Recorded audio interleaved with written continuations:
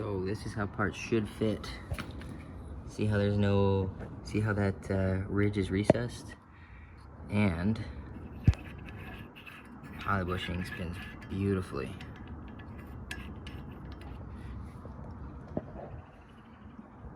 The clearance is tight between the flex plate and the rear main seal housing, but I clearanced it as per Kigley instructions. I'm going to get red Loctite now. Gonna torque those up. Already got bolts on for the flex plate, or sorry, the spacer. Those are Loctited. So coming together smooth. But this is how it should be. A little bit of an update on this GST here. Kind of sped through some of the process here. Got the engine reinstalled. I got new Kigley flex plate, some OEM hardware in there. I'll go ahead and put a clip in there. Now I'm pretty much focusing on the engine harness side of things, just because this is a 6-bolt swap and a 2G. A lot of these connections have to be relocated to their correct locations. For instance, the coil pack and power transistor, we're going to be using a 1G turbo throttle body for just simplicity for now. You did have a cyclone intake manifold on there, but for now we're just going to be using this unit. So now pretty much what I'm doing is de-looming the whole entire harness and going to be locating everything where they need to be in a clean and organized manner. Got a lot of progress done yesterday and today. Got 99% of the engine connections except for the injector plugs all hooked up, and the park neutral. I just got to kind of slim some things up, but it's pretty much cleanly going pretty much all underneath the intake manifold. And so you pretty much won't see much of this once the engine's all assembled. This is all going to start kind of hiding away. All right, little update here. Got the intercooler piping and intercooler situation sorted out. I was supplied a gritty core and some piping, but it just wasn't working out. I did have another long route kit that I ended up using here, so I had to modify the gritty up pipe a little bit, and got a little 45-degree coupler there into the lower intercooler piping, and so it should be good. I gotta hard mount it. Excuse my sketchy mounting situation. This all needs to be mounted correctly, but I need to wait for the front bumper to get here so that I can make sure it's all straight and true. But yeah, other than that, got the wiring harness pretty much sorted out. I just have to finish up the injector pigtails and relume everything. I have the main combination plug that goes to the fuse box and the power wire to run, but pretty much that's about it. So our factory fan doesn't fit on the side here because of our J-pipe. So we're gonna have to get a like a SPAL pusher fan mounted here, and then we're gonna have to find a slim metal fan. That metal one isn't the right one. The spacing is incorrect. So we'll have to figure something out. What's going on, everyone? Got a nice big update for you guys on Mark's 2G. Got a lot done and haven't updated you guys since pretty much pulling the old flex plate off the crank. And pretty much after that, I got the, pretty much got the flanges all cleaned up. I got the Kigley flex plate in there, OE hardware, everything's all nice and torqued. Went ahead and resealed the entire engine. Also, I got it back installed and cleaned up the engine harness, pretty much from the firewall back, rebuilt it fresh. It was the original one was really rough. The original owner did a hack 6-bolt swap in a 2G, and pretty much I just redid it all. And Another thing that I went ahead and took care of was his front mount.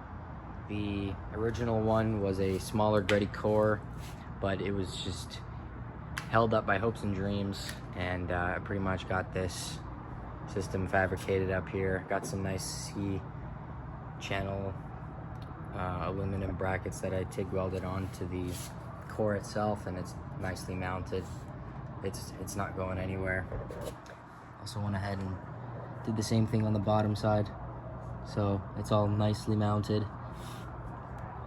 Got all the converter bolts in there just for rough testing, and tomorrow I'm gonna go ahead and get some red Loctite up on those and torque those nice and tight. But pretty much got the intercooler system all sorted out. I had to do some fabrication up here on the upper intercooler pipe as well. The original design was a little different with our elbow here, and so I just kind of changed it up and made everything nicely fit. There's no resistance, no binding. Everything fits nicely. And also went ahead and relocated his fuse box. Don't mind this. This is gonna be this is just temporary to hold it up for right now. But got some brackets also TIG welded up in there, and holding the fuse box nice and tight. It's not going anywhere. Not gonna get sucked up by the wheel. So pretty much what I got to do now is I got to extend this harness up to the battery, rebuild the starter / trans branch, clean up some grounds on that, and then I got to just kind of go through everything little by little, put all my hose clamps and zip ties on everything that needs to be, and pretty much go and do an initial start. One thing I got to do on the inside is actually just hook up the harness to the chassis, and then obviously to the ECU. But yeah, there's a couple other things. I got a small list here, not too crazy, but pretty much what I got left to get this thing started up and moving under its own power. So it's come quite a long way. I'll go ahead and show you guys an original photo here of when he first picked it up, and it's completely different car right now. So I'll keep you guys updated as I go along, and I'll throw in some clips of kind of when I was redoing the harness and installing the flex plate, and just a few little things here and there. But I just thought I'd update you guys on this car, and it's going pretty well. What's going on, everyone? Got another update here for you. Got the battery cables all finished up, got some power to the vehicle, went ahead and pressure tested the cooling system, and looks like we're all good there. Really the only thing I have to do is hook up the fans and add some coolant to it, but we're gonna go for a first startup here.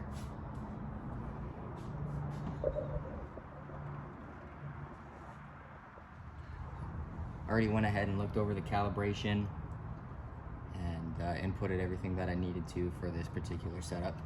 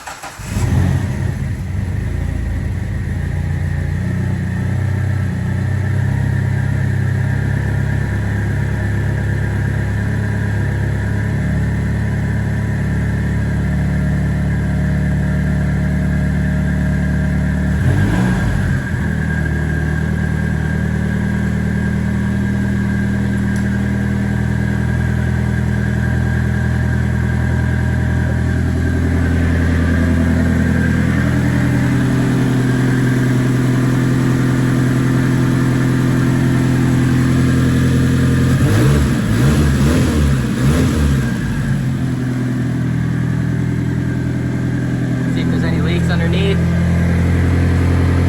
I don't see anything.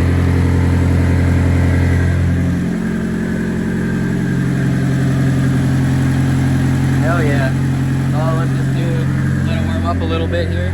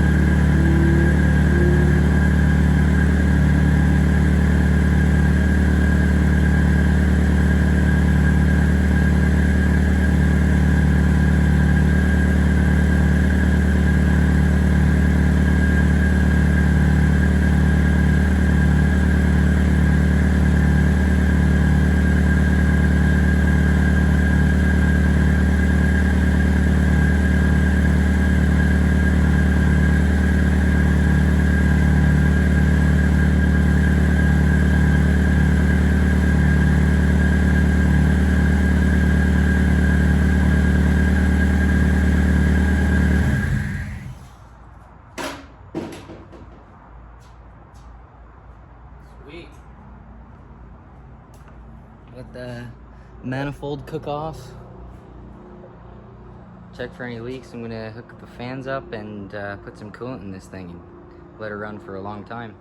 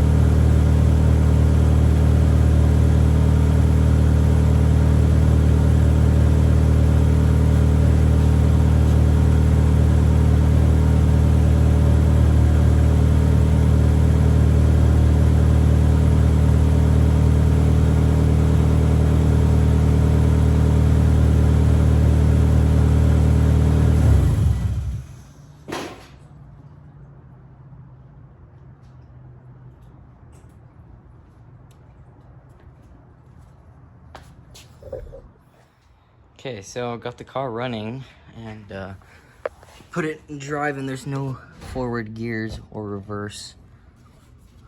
I'm gonna check the fluid out and see how much there is.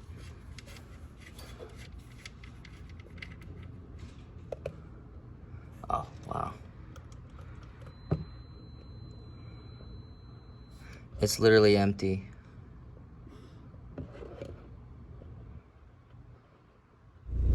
Oh, excuse this jankness, but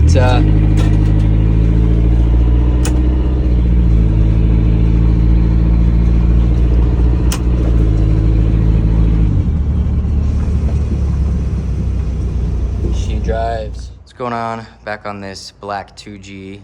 Gonna be taking care of a couple things on it today. Gonna be doing all the pads and rotors. Gonna be putting the exhaust back on. And we're gonna be hooking up a wideband so I can start putting a calibration in this thing. So it does run and drive. The brakes are very rough. This vehicle's been sitting for over 15 years. So we're gonna take care of that, do all 4 corners, get the exhaust hooked up, and take you along for the ride.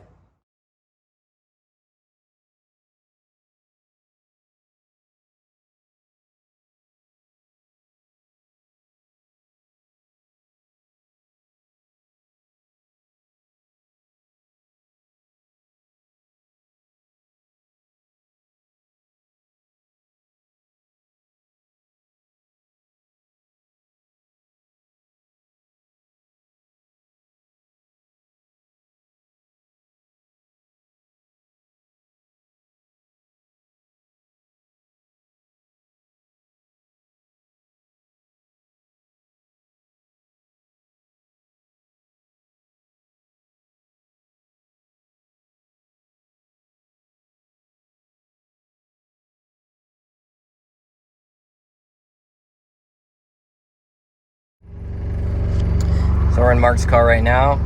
We're doing some test driving around, getting a base calibration in it, and doing some drivability. Just got the wideband kind of put in the position right there. So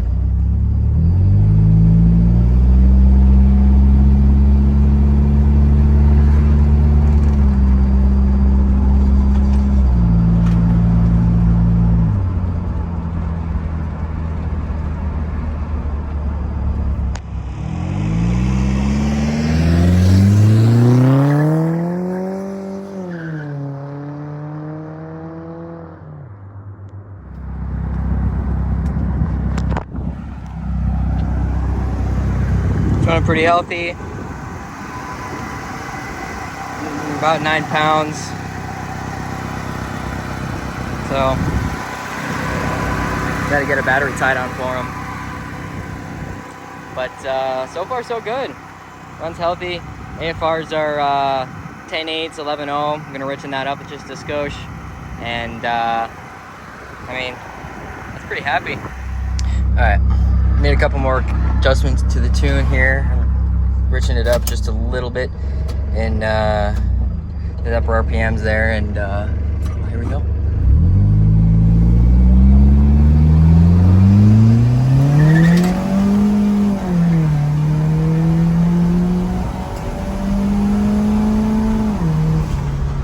Nice.